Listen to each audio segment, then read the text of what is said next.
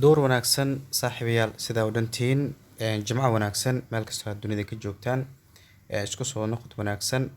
maalmihii ugu dambeeyay xoogaa koobka adduunka lagu weeraray horyaalo kale oo muhiimna oo mar jirin laakiin hadda waxaan rajeynaa hadda wixii ka dambeeya inaan shaxdii maalinlaha si toos aan u guda galno sida caadigan ah horyaalkan wuxuu furmi doonaa maalinta isniinta foodu nagu soo haysa rabbi hadduu yiraahdo inta ka horeysana meelihii aan soo marmari jirnay kooxaha kale adduunka laga ciyaaro ayaan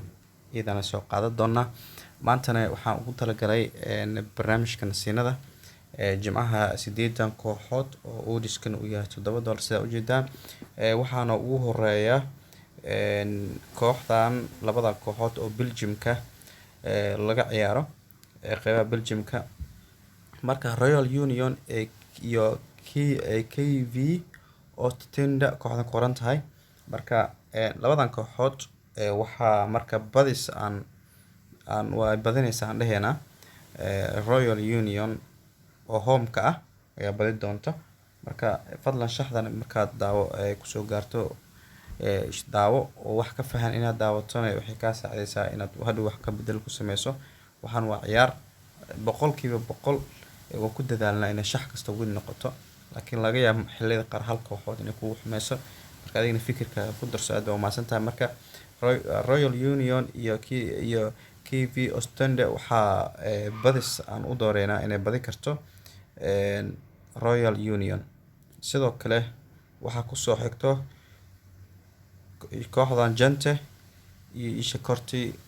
Riki kooxdan qoran tahay oo iyadana Belgium ka qayb ka ah marka labadan kooxood sidoo kale Belgiumka ayaa badi doonto 2-0 ama 3 imaalahaas inay ku badi doontaa rajeynayna because Gente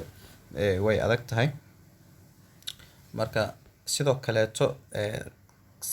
macnaha ciyaarta saddexaad aan soo xulanay waxay tahay Wales Premier League aan ka soo xulanay Bala Town iyo Airbus UK kooxdan ku qoran tahay marka Bala Town iyo kooxdan kalena sida Odiska u jeeda inkastoo Odiska mararka qaar lagu xisaabtamin oo laga yaabo kooxda Odiska yar saaran tahay naftirkeeda inay qalqiil la geliyo laakiin Bala Town xogaa kalsooni lagu qabaa koox adag waaye marka Bala Town iyo kooxdan kale Airbus UK la dhahayo Bala Town inay badinaysa boqolkiiba boqol rajeyna ayadana badi doonto kooxda afraad waa R United iyo Dunte kooxda qoran tahay oo Scotland Championship iyadana qayb ka ah labadan kooxood maadaama laba kooxood yihiin laakiin ciyaartooda waxaa la rajeynayaa 2 inay isla galaanbo ama ay ka badan timaado marka anaga waxaan ka soo qaadanaynaa oo kaliya inay kooxdan labadan kooxood 2 gool ay ka timaado 2 gool kaliya inay ka timaado rajeynayna waana ka imaan doontaa insha Allah another tutus kooxdan qoran tahay Anor Zis kooxda qoran tahay iyo kooxdan kaleeto iyadana oo Serbia laga ciyaaro first division ka u jeedaan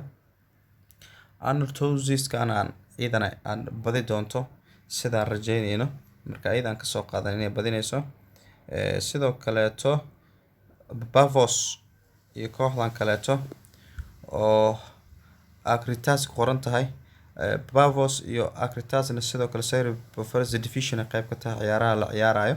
iyadana Bavos ayaa badinayso sida Odisku u jeedaan $20 ayaa saaran kooxda kaleeto marka tan ayaa rajeynayna inay badiso iyadana sidoo kaleeto waxaa ku sii xiga Ross County iyo Rangers Ross County iyo Rangers waxaa badi doonto Scotland Premier League iyadana laga ciyaaraa marka Rangers badinayso cawda boqolkiiba boqol rajeynayna inay ka badiso dhigeeda sidoo kale waxaa ugu dambeeya EL kooxdan qoran tahay isha Dagley iyo kooxdan kaleeto marka labadan kooxoodna Egypt Premier League ay qayb ka tahay marka kooxda labaad ayaa iyadana badi doonto Bayramidis kooxdan qoran tahay Bayramidis qoran tahay marka Bayramidis aan rajeynayna inay caawa ay ka badiso kooxdan kaleeto marka home-ka iyo away-ga inay away ka badi doonto. Marka guud ahaan shaxdaas ayaan idinla wadaagayay. Marka koodkana waa kana. Marka soo dhawaada insha Allah waxa hadda ka dambeeyay waxaan bilaabi doonaa shaxii tooska ahaa anagoo meelo badan ka soo fiiri doona insha Allah aad baa mahadsantihiin saaxiibayaal.